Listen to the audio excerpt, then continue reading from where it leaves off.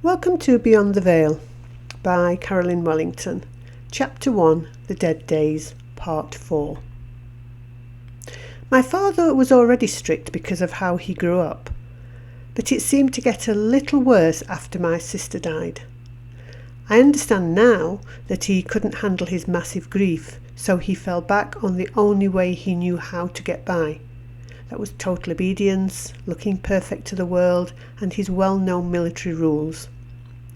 My mother seemed to go along with it, hiding her own deep pain and masking it just to keep our home happy during that terrible time, leaving my brother and me to deal with our loss in total suffocating silence.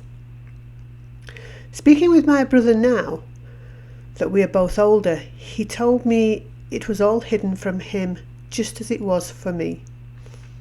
When I asked him how his upbringing was compared to mine, he said he was treated like a little soldier. My father would tell him, "These are the rules and you have to follow them. Don't talk back. My house, my rules." He also said that he and our mother were put on a pedestal by our father because it was all about prestige. Inside 53 West Main Street, we lived in what appeared to be a very quiet house, where nobody noticed a child's sadness and discipline was key. The dining room was turned into a room full of shadows, its curtains permanently closed, shutting out the daylight, and a lonely small white quilted coffin sat right in the middle of the long dark wooden table. It stayed open the whole time it was there. I know now that what I was experiencing was a traditional Scottish wake, what people called the Dead Days.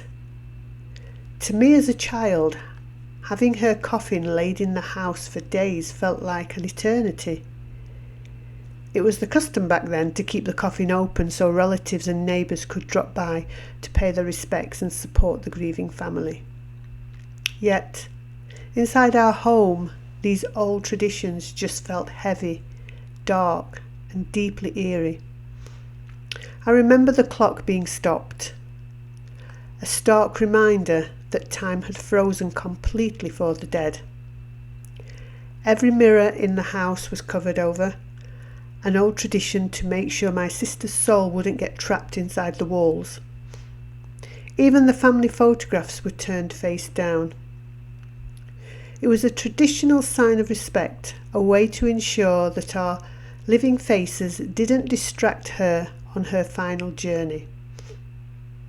It is funny because, speaking with my brother recently, he asked me what was on the opposite wall in the dining room, and neither of us could remember.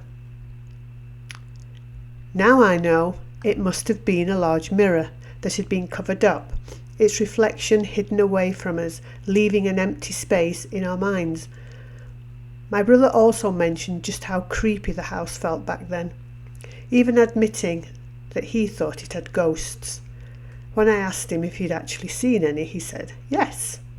He told me that Grandma, my mother's mom, was standing right there in the dining room looking over our little sister's coffin. As I write this now, I feel completely haunted by my childhood. I am still in shock at the horror that was placed right before me, an undeniable trauma. It was not done deliberately by my parents or my family, but rather by a different time, an era when this behaviour was just seen as normal. Right now, my emotions are completely torn between a deep sadness, a quiet anger, and total bewilderment. Finally understanding those 1960s traditions explains why I still carry this heavy sorrow today. Deep down, I believe my brother carries it too. Yet for decades, we never spoke about it until now. We have always moved past it quickly, acting as if it was no big deal. but my heart is loudly telling me it was something.